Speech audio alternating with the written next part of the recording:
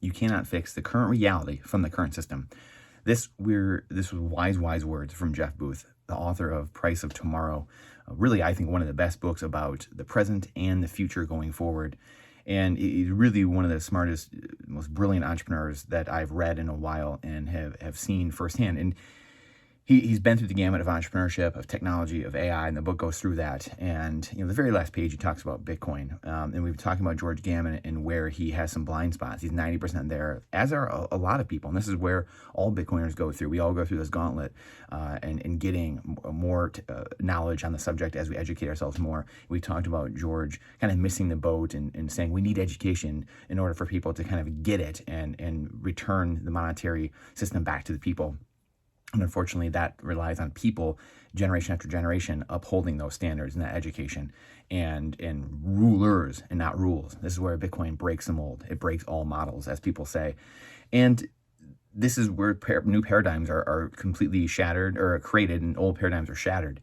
And as Jeff Booth says, you have to create a new system. Bucky Fuller talks about this as well. You have to create a new system. You can't get rid of an old system by tearing it down and being, a negative mindset, as Bob Proctor would say, right? Going the negative route. You have to go the positive route with faith and understanding and this building the Bitcoin life raft, apart from the sinking legacy fiat Titanic that we talk about all the time. And this is, again, where I don't have to hope and rely thy great grandchildren get it and they elect the right ruler. It doesn't matter at the end of the day, because if the people control the money, they will control the world. Right now we have bankers controlling the money, and they control the world, that the Rothschilds so aptly said hundreds of years ago, and they are the ones that have been controlling the world. We need to put the power back in the hands of the people, as Thomas Jefferson said.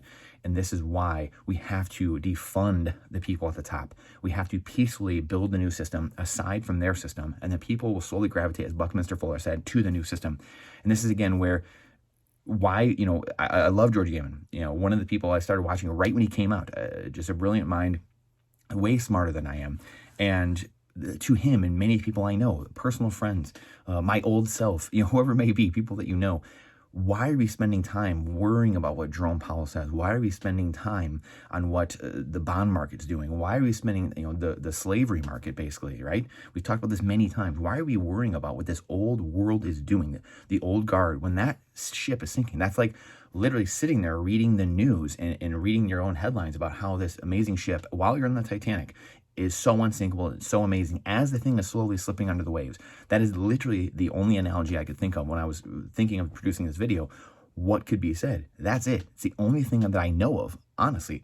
So we have to get ourselves right. We have to understand. We have to, as Bucky Fuller said, as Jeff Booth said, we have to create that new system. Unfortunately, we have that system. We're building a system to re-educate people, as it does change people. George said, Bitcoin's not going to change people. It does. I mean, Robert Breedlove and one of my good friends, Brian Dement, just had a podcast together on his What Is Money show, on Breedlove's What Is Money show, and they talked about how many people they know that have been changed by Bitcoin and literally changing their behavior. It's been changed my behavior. It's been changed many people that I know. You go to conferences and you go talk to people, and the way it's changed their life. I've never seen anything like that in my life personally. Now, I can only speak my truth.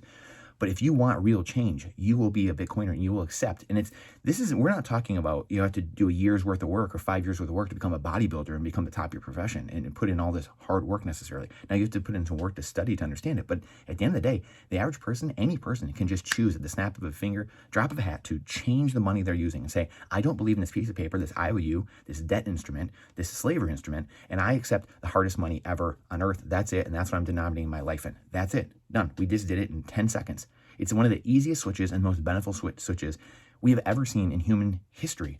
And it's right here. It's at the door of the precipice. We're at the door of the precipice right here. We are ready to go. All we need are the 3%. We need the 3%, the early movers, the people who are bold enough and courageous enough to go that extra step.